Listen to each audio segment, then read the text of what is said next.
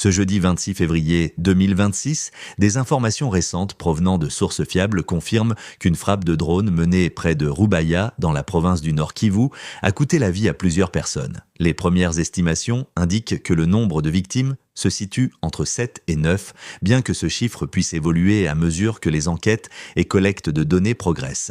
Parmi les personnes tuées, figure le lieutenant-colonel Willy Ngoma, porte-parole du mouvement rebelle M23, un événement qui a provoqué une intensification immédiate des affrontements dans la région. Cette analyse détaillée explore les circonstances de la frappe, les implications pour les civils et les conséquences à court et moyen terme sur la sécurité et la stabilité dans l'est de la République démocratique du Congo. La frappe de drone, menée par les forces armées congolaises FARDC, visait à affaiblir les capacités opérationnelles du M23 et à perturber ses structures de commandement. Bien que l'objectif ait été militaire, l'intervention a touché des zones où civils et combattants cohabitent, ce qui complique l'évaluation exacte du nombre de victimes. Les rapports initiaux font état de 7 à 9 morts, mais il reste difficile de distinguer avec précision les combattants des civils dans un contexte où ces derniers se trouvent souvent à proximité immédiate des positions rebelles. Dans les heures qui ont suivi la frappe, les habitants de Roubaïa et des villages environnants ont décrit des scènes de chaos et de panique. Certains civils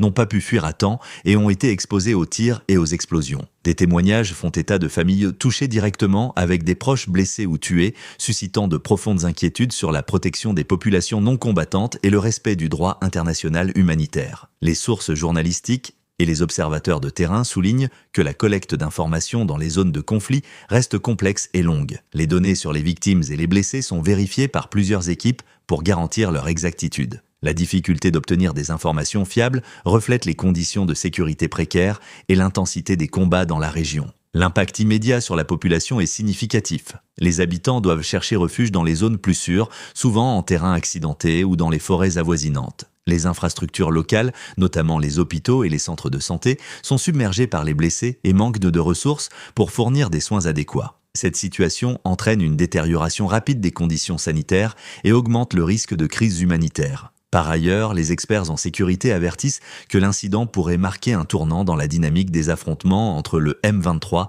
et les forces gouvernementales. La frappe, bien que ciblée, renforce les tensions et peut provoquer des représailles, entraînant une escalade des combats. La présence continue de ressources minières stratégiques dans la région, telles que le coltan, constitue un facteur supplémentaire de conflit et de convoitise qui alimente l'instabilité. L'analyse des causes de la mortalité indique que plusieurs victimes ont été prises dans des zones où les civils et les combattants étaient ammêlés. La difficulté à identifier immédiatement les corps et à accéder au site de frappe retarde la confirmation des pertes et contribue aux divergences dans les chiffres communiqués. Les enquêtes en cours visent à clarifier ces informations et à fournir des comptes précis sur l'ampleur de la tragédie. Du point de vue humanitaire, la situation reste préoccupante. Les organisations locales et internationales appellent à la protection des civils et à la mise en place de mesures pour limiter les pertes. La coordination entre les forces armées, les autorités locales et les agences humanitaires est cruciale pour éviter que le bilan humain ne s'aggrave davantage. La frappe et ses conséquences immédiates rappellent les défis persistants auxquels la population de l'Est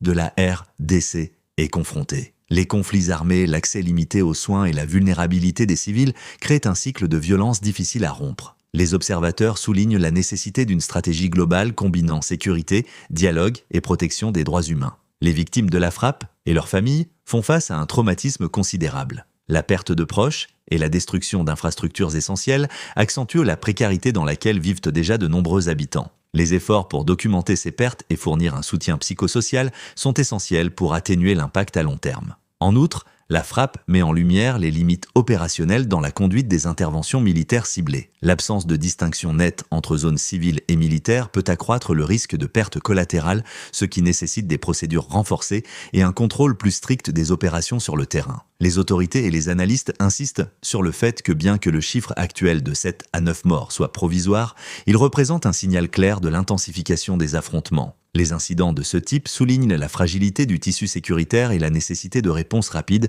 pour prévenir de nouvelles victimes. Les effets à long terme sur la population incluent le déplacement interne, la perturbation des activités économiques et minières, ainsi qu'une instabilité continue qui pourrait s'étendre à d'autres provinces si la situation n'est pas contenue. La nécessité d'un suivi rigoureux des conséquences humanitaires est plus que jamais cruciale. Les rapports finaux devraient fournir des informations détaillées sur le profil des victimes et les circonstances exactes de leur décès. Cette transparence est indispensable pour garantir la responsabilité et pour informer les futures décisions de sécurité et de protection des civils. Enfin, l'incident souligne l'importance d'un équilibre entre action militaire et protection de la population. Les forces de sécurité doivent concilier la neutralisation des menaces avec le respect strict des normes humanitaires afin de limiter l'impact sur la vie des civils et préserver la stabilité régionale. Au 26 février 2026, les informations disponibles indiquent qu'une frappe de drone près de Roubaïa a entraîné la mort de 7 à 9 personnes, incluant le lieutenant-colonel Willy Ngoma, porte-parole du M23. Bien que les chiffres puissent encore évoluer, l'incident constitue un tournant dans la dynamique des affrontements dans la région,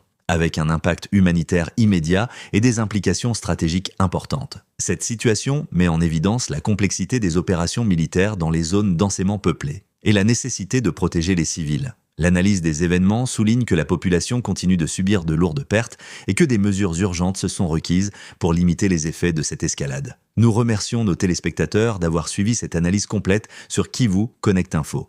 Restez connectés pour des mises à jour régulières sur la situation sécuritaire en RDC et dans l'ensemble de la région des Grands Lacs. Votre vigilance et votre partage d'informations fiables sont essentiels pour sensibiliser et protéger les communautés affectées par le conflit.